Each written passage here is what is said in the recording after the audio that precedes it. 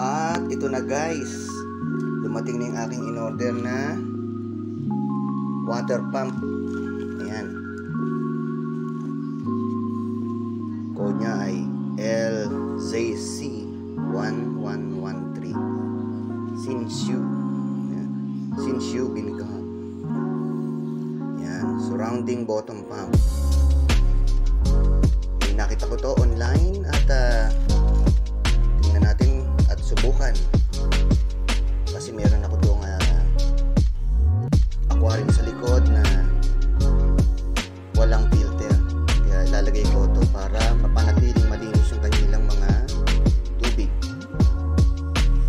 Pero tingnan natin kung ano ba ang laman nito.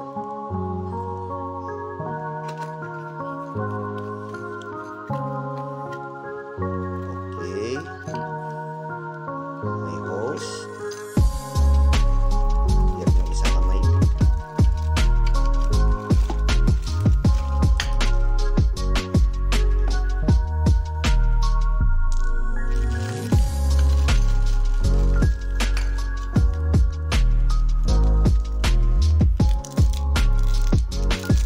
Okay, meron siyang regulator para sa hose at suction cup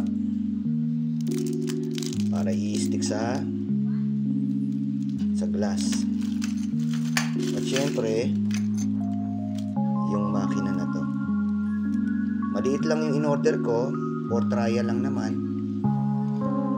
Sigurado ito pag isinaksak to sa tubig pag isinaksak sa kuryente, yan, hihigop. May butas, hihigop siya. At maliit lang naman yung kanyang foam.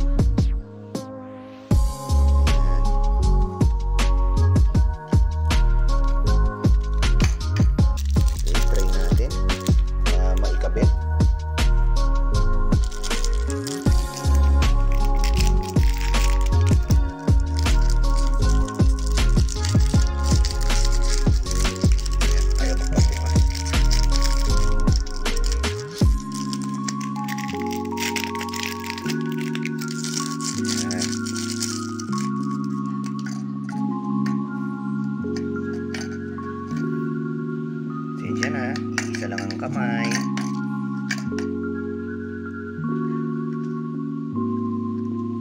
Okay, tanggal pa. Wait nga, may kabit muna. At ayan na, naikabit na natin yung suction cup. Syempre, ang hose ay dito yan.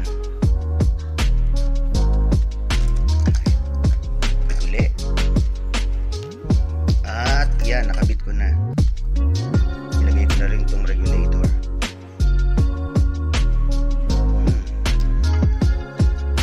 Okay.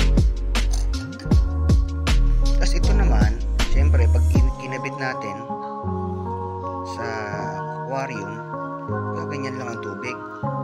Kaya ito siguro yan ang mag-aayos ng direction.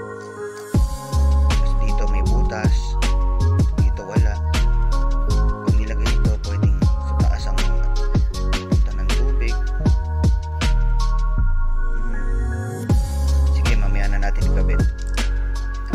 Okay. Sige, install na natin sa aquarium. In 3, 2, 1. Well, ito nga pala guys. Yan, pwede siyang ma-detach. Ito yung pinaka-foam niya. At yun.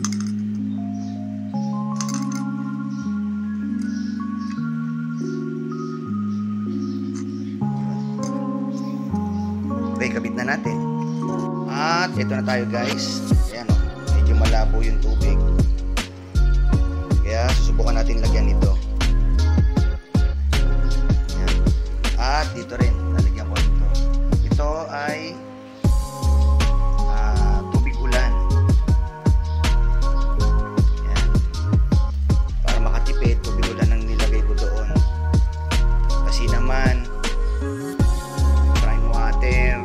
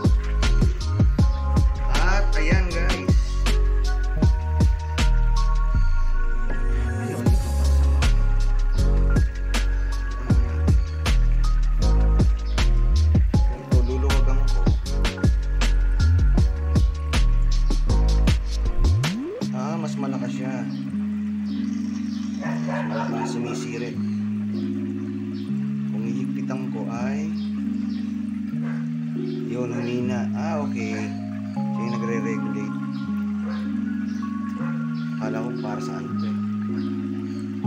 Okay. Ayan. Guys, actually pwede na nga yun dyan eh. Gaganong-ganon nyo, laro sa mga isda. Ayan. Ayan, okay na to. Actually ito naman, pwede natin ikabit siya.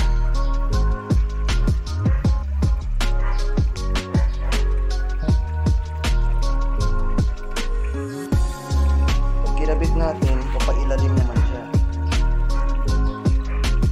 Parang mas maganda yung ganyan.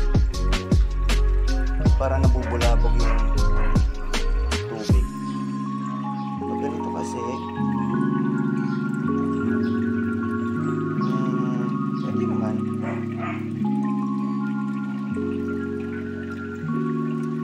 Pero wag na, muna ikabit. Mas maganda yung ganyan. Ayan.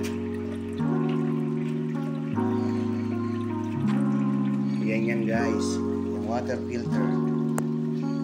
Siyempre, yun, kung nakita nyo yung nasa ilalim, ay humihigop-higop siya. Kung ano man yung mga, yan o, yung mga lumilipad. Lumalangoy-langoy na dumi. Ayan. Ay papasok siya dyan. At ang sasala nga ay yung kulay blue na yun, na foam.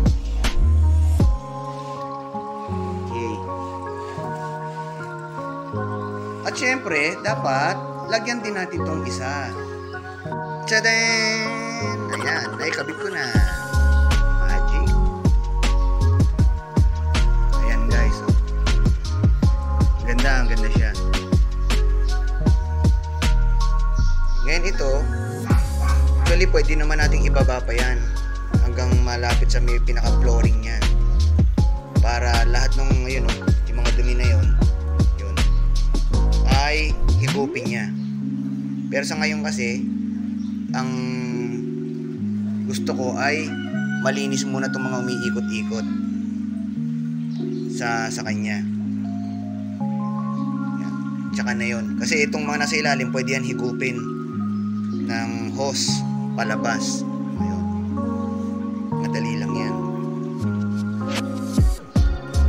At yan guys. Siyempre, happy na yung mga isda. Pwede silang makipaglaro sa mga tubig at bula. Ayan. At ganun din dito. Okay, yan ang status ng tubig natin. Try natin yan hanggang bukas. Ayan. Pwede naman mga 1 oras o 2 oras. Try natin hanggang bukas. Tingnan natin kung ano magiging resulta ng tubig. Okay. The next day. At eto na. Kinabukasan na po. Ayan. At ito na ang status ng ating tubig.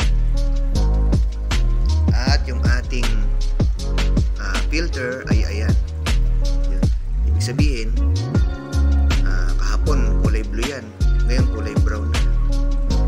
Ibig sabihin, yung mga dumi-dumi na nakita natin kahapon dito ay ayun, kinain niya na. Napunta na sa kanya. Effective yung filter na ganito. Siyempre, itong kinabit ko ay pang maliit lang na aquarium. Kaya kung mas maganda, kung mas malaki yan, mas magtatagal. Kaya mabilis siyang dumumi. Pero okay lang yan. Papalitan lang natin yan kapag humina na yung inilalabas niya na ganyan na tubig. Ibig sabihin nun, parado na siya. Doon natin siya papalitan or lilinisin. Madali lang naman maglinis niyan. Iyaan mo lang sa may tubig, tapos kuusap-kusutin mo. Ayun na. guys, pwede mo na ibalik.